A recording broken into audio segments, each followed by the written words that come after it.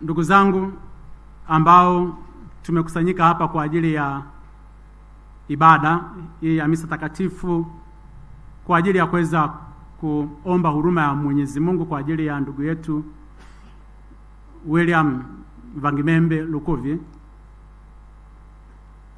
na kwa namna kipekee sana mama mjane na familia na wabunge wote na wageni wote ambao wamekuja hapa. Tujengwe na neno la Mwenyezi Mungu katika tukio hili. Tuanze na somo la kwanza linalotoka katika kitabu cha Ayubu, ambaye historia yake alikuwa ni mcha Mungu,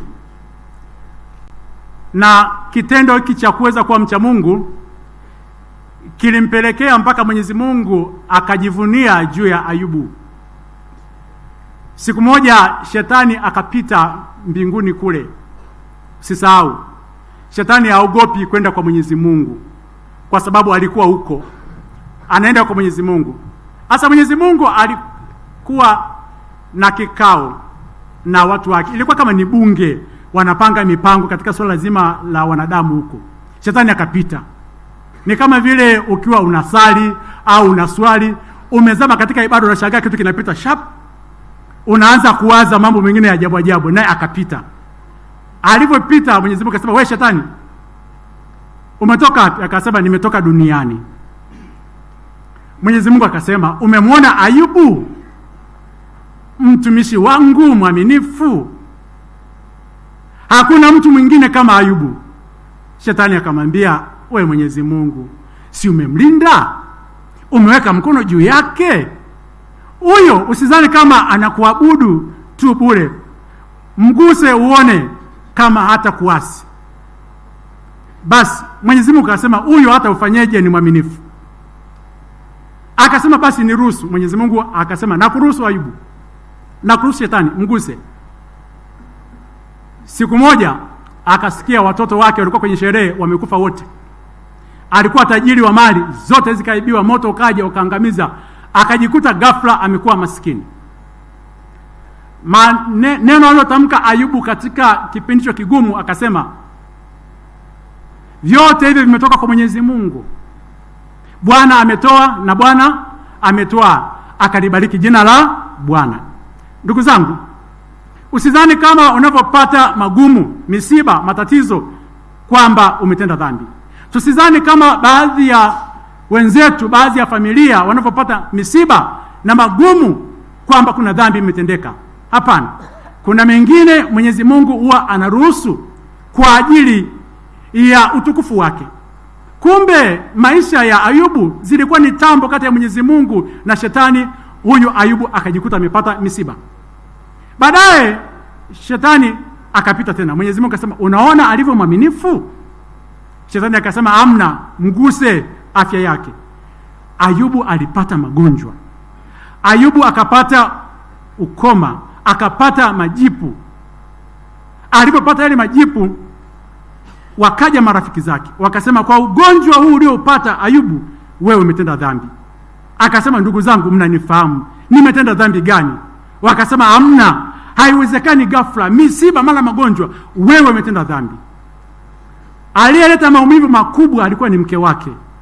Akasema, "Wewe baba, wewe umejifanya unasali kila siku, unatoa sadaka, unapeleka huko kwa Mwenyezi Mungu. Haya, watoto wamekufa, wewe mwenyewe umeugua, mali zimeondoka. Mkufuru Mwenyezi Mungu ili ufe vizuri." Akasema, "Siwezi kufanya kitu kama hicho." Mke wake akamwacha, Ayubu akabaki peke yake. Nyakati za magumu, hata wale wapenzi wako watakuacha. Nyakati za magonjwa, nyakati ngumu za majaribu. Basi ndipo Ayubu alipoachwa na mke wake, ameachwa na marafiki zake, mali zimeondoka, watu wake wamekufa, amebaki peke yake. Akatamka maneno haya ambayo tumeyasikia. Akasema, "Laiti maneno yangu yangeandikwa sasa, laiti yangeandikwa kitabuni, yakachorwa katika mwamba wa milele." Yani yachorwa kwenye mwamba wa milele kiasi kwamba hakuna mtu yote anaweza kafika pale akafuta kwa kalamu ya chuma na risasi. akasema yangeandikwa maneno mnielewe ninapita katika mazingira gani, mnielewe nipo katika kipindi gani, hata nikizungumza hamwezi kunielewa. Akasema lakini mimi najua kuwa mtetezi wangu yu hai. Tumsifu Yesu Kristo. Familia, naomba katika kipindi hiki ambacho pia taifa linapita mara misiba, mara taarifa hizi, tujue kabisa kwamba Mwenyezi Mungu mtetezi wetu yu hai. Tumsifu Yesu Kristo.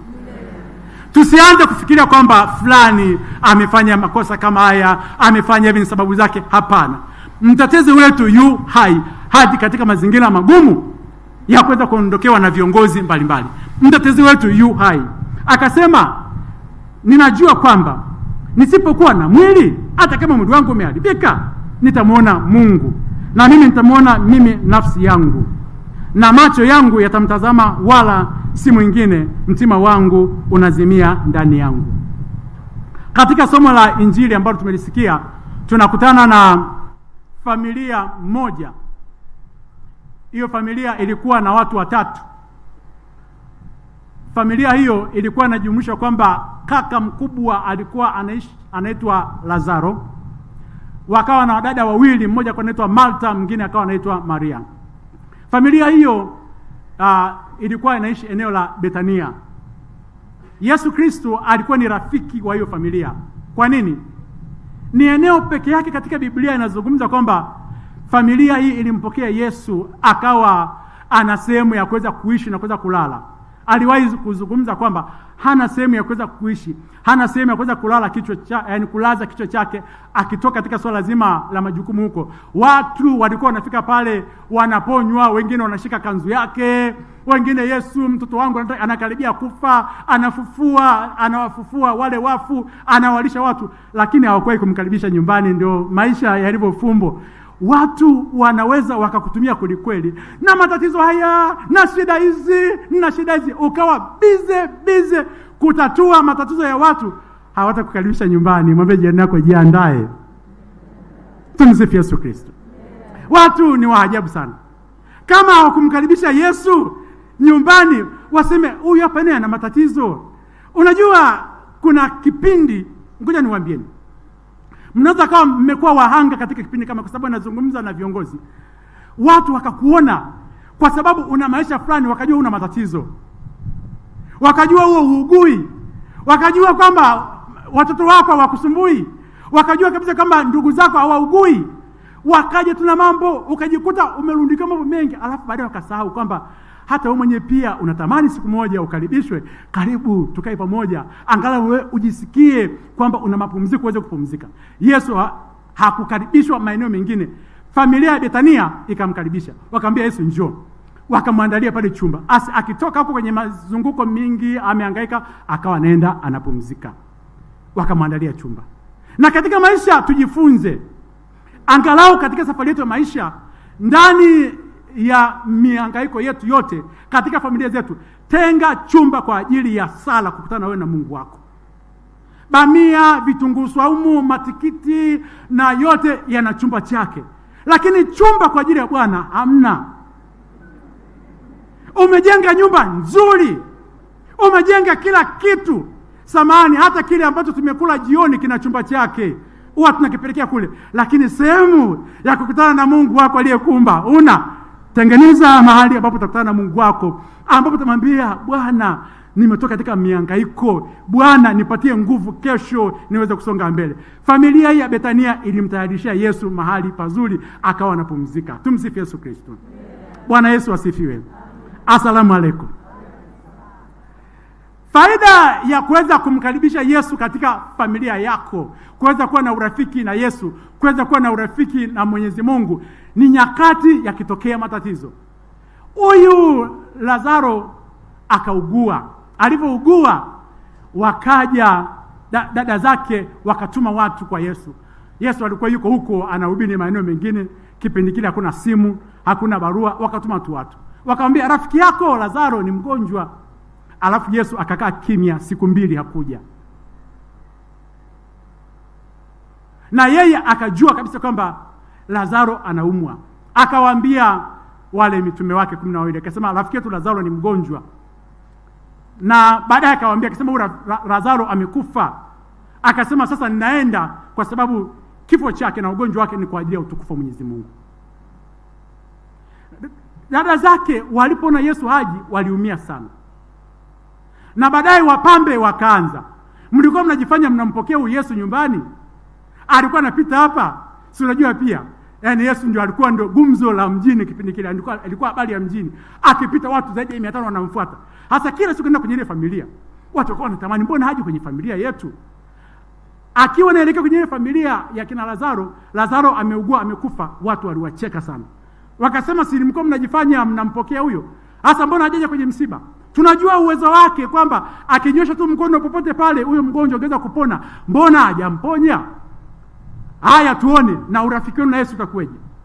Kuna kipindi cha kujaribiwa katika imani.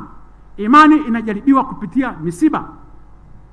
Alafu na baadaye huyu Yesu akakaa kimya. Maana yake nini? Kuna kipindi tunaweza tukua tunasali, Mwenyezi Mungu tuokoe, Mwenyezi Mungu sali, Mwenyezi Mungu tuokoe, akakaa kimya. Si kwamba hajatusikiliza maombi, anajua tunachokipitia. Anasema kuna misiba mingine inatokea kwa ajili ya utukufu wa Mwenyezi Mungu. Baada ya siku 2 akaanza safari kwenda huko Bethania. Anafika pale, ndio somo la leo ambao tumesikia katika Injili. Akaja pale Martha, akamlalamikia, akasema sasa unakuja kufanya nini? Ungekuwepo hapa ndugu yangu asingekufa. Sasa umekuja hapa tayari tumeshamzika. Mariamu naye akaja pale, akaanza kulia, akasema Bwana, ungekuwepo hapa ndugu yangu huyu asingekufa. Ila tofauti ya Martha na Mariamu ilikuwa ni Mariamu alifika pale akaanguka kifudifudi kwa Yesu, akalia. Yesu alipoona Maria analia, naye mwenye pia akapata na machozi akalia. Katika Biblia kuna maeneo mawili tu ambapo Yesu Kristo alilia. Alilia kwa rafiki yake Lazaro na alilia msalabani.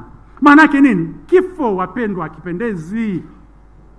Kifo hakipendezi. Na kifo usidhani kama kinamfanya pia Mwenyezi Mungu afurahi. Yesu mwenyewe alilia kwa ajili ya huyu Lazaro rafiki yake.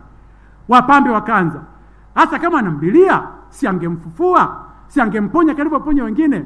Yesu akasema, mmemweka wapi? Wakasema, twende ukapaone. Wakampeleka moja kwa moja hadi katika lile kaburi. Walipompeleka kwenye lile kaburi, Yesu akasema, liondoeni hilo jiwe.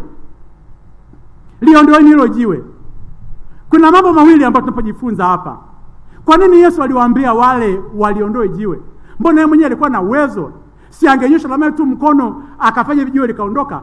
Au kuonyesha kwamba yeye ana uwezo, angelipasua lile jiwe, watambua kabisa kwamba yeye ni Mungu. Likapasuka lile jiwe, lipasuka pap. Nadhani lile jiwe likapasuka, yale mawe yangeenda hadi kumgonga yule maiti ndani, angetoka akiwa na majeraha. Tunajifunza kitu gani? Kuna baadhi ya changamoto za maisha ambazo Mwenyezi Mungu yeye mwenyewe pia huwa anawashirikisha wanadamu kuweza kufanya hilo jambo. Hakutaka pia kuweza kutumia nguvu zake. Akasema liondoeni hilo jiwe. Jiwe lilikuwa ni kizuizi. Jiwe lilikuwa ni moyo mgumu. Kizuizi katika swala zima la huyu Lazaro alikuwa kaburini kuweza kusikia sauti ya Mwenyezi Mungu. Kuna kipindi unaweza ukatembea katika maisha na jiwe ndani ya nafsi yako. Kuna watu wana mioyo migumu, hawasikii, hawaambiliki, moyo mgumu. Hata ukiambiwa maneno ya Mwenyezi Mungu, umekaza moyo mgumu, una moyo wa jiwe.